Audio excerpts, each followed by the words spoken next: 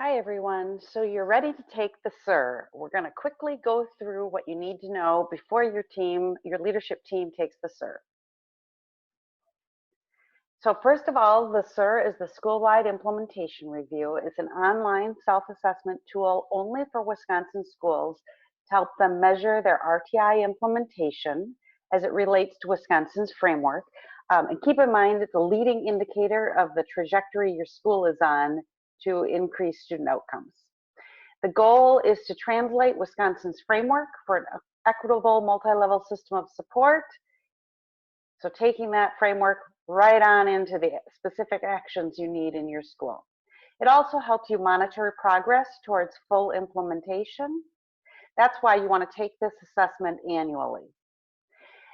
Each of you should now have out this handout, Levels of Implementation and SIR Guidelines. This is what you'll need throughout the time you take the SIR.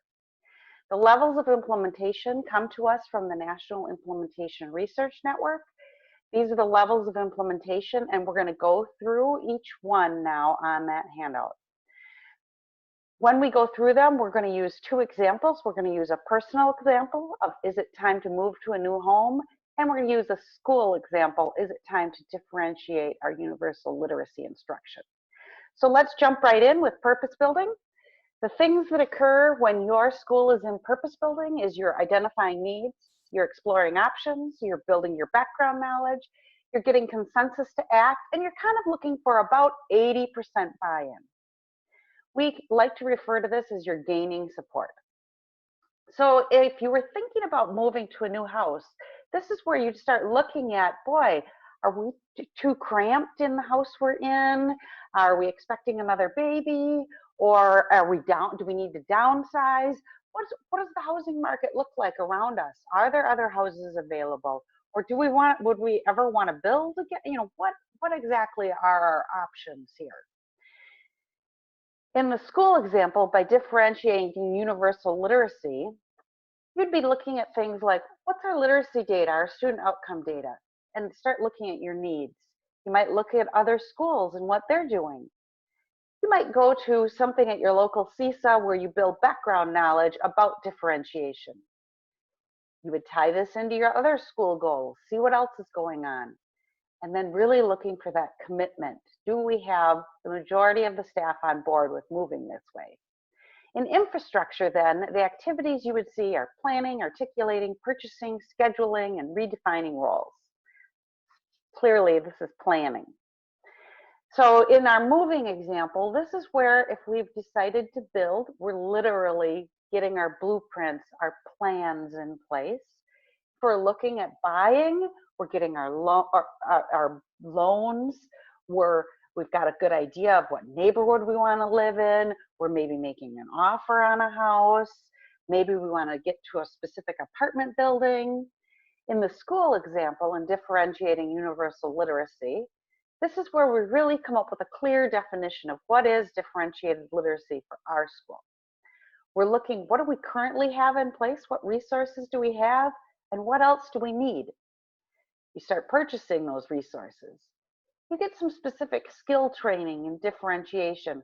You might get skill training for a couple specific teachers to really be lead coaches on this. And you start planning for what new procedures do we need and new schedules. You might start, like I mentioned, adjusting roles. There might be a couple teachers who become your differentiation coaches.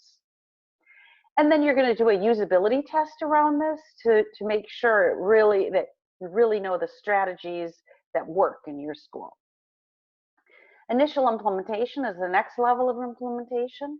This is where you actually start putting your plans into action. You're monitoring for fidelity, you're providing clarity and support, you've got the resources, time, and support.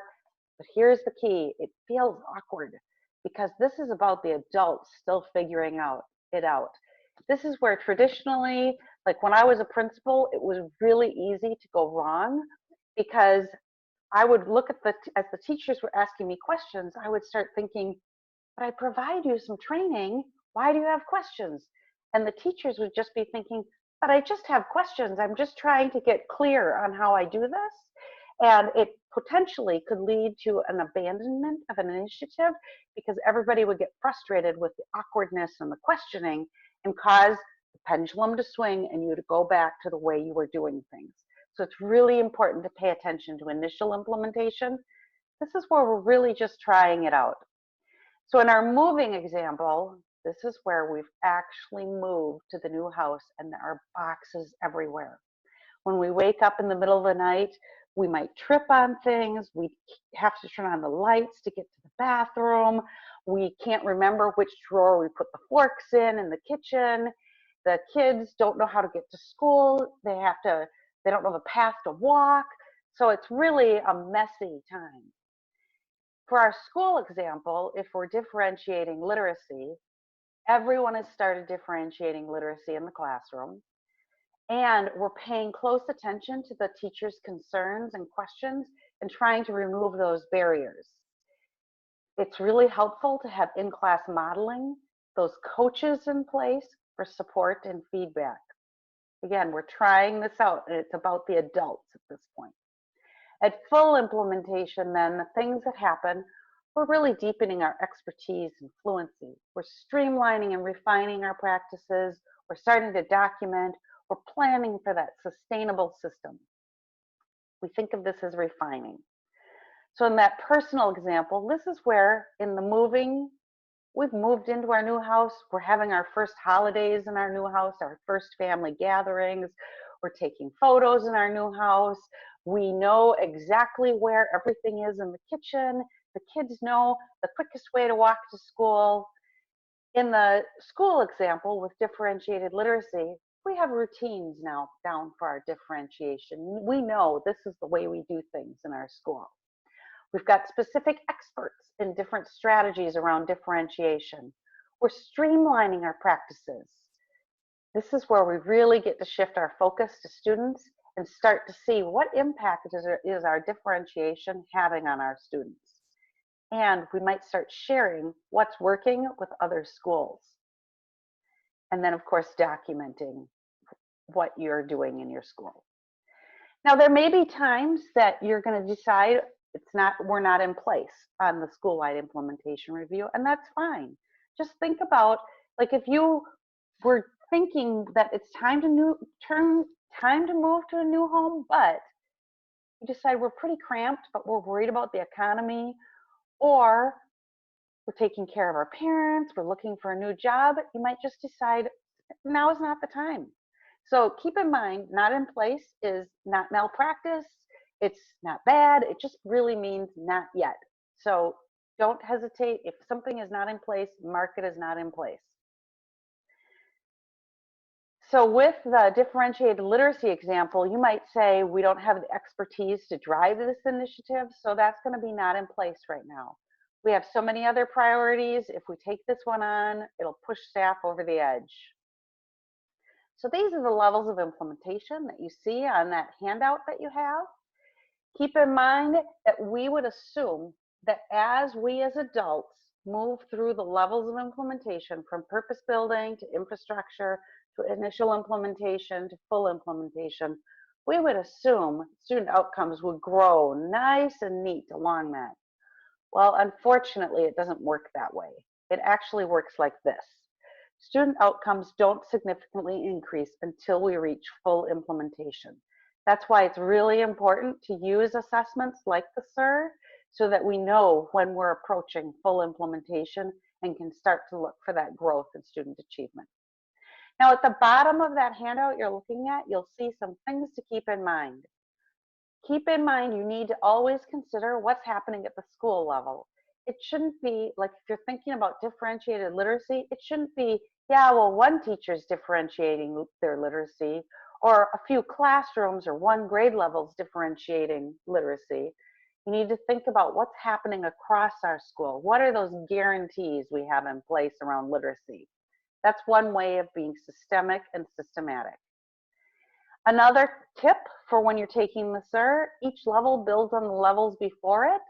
So sometimes it helps to think, well, what were we doing last year? That might help give you a clue to what level of implementation you're in today. Also, the words in bold are the key points for each line item. And finally, if you're a middle school or high school, remember, if you're taking the SIR for reading, you're not just thinking about English language arts classes, you're thinking about all content area classes because of the disciplinary literacy standards. So keep that in mind. And also remember, this is a rating scale. This is not a checklist. You should not look through these items and say, yep, we've got this. Yep, we've got this. It's a rating scale. The back side of the handout you're looking at has sort of a shortcut to the levels of implementation. Some people, when they take the SIR, find the back side more helpful for them. So you're ready to take the SIR. There are 61 statements, and one person is going to be your recorder. They need to jump on a laptop or a tablet. They will need the handout you've been looking at, the levels of implementation.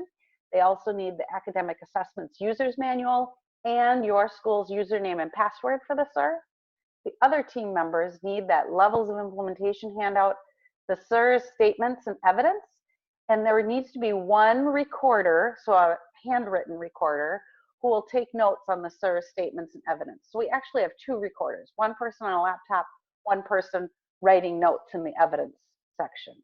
And this takes about 60 minutes. So good luck and have fun. Enjoy your conversations.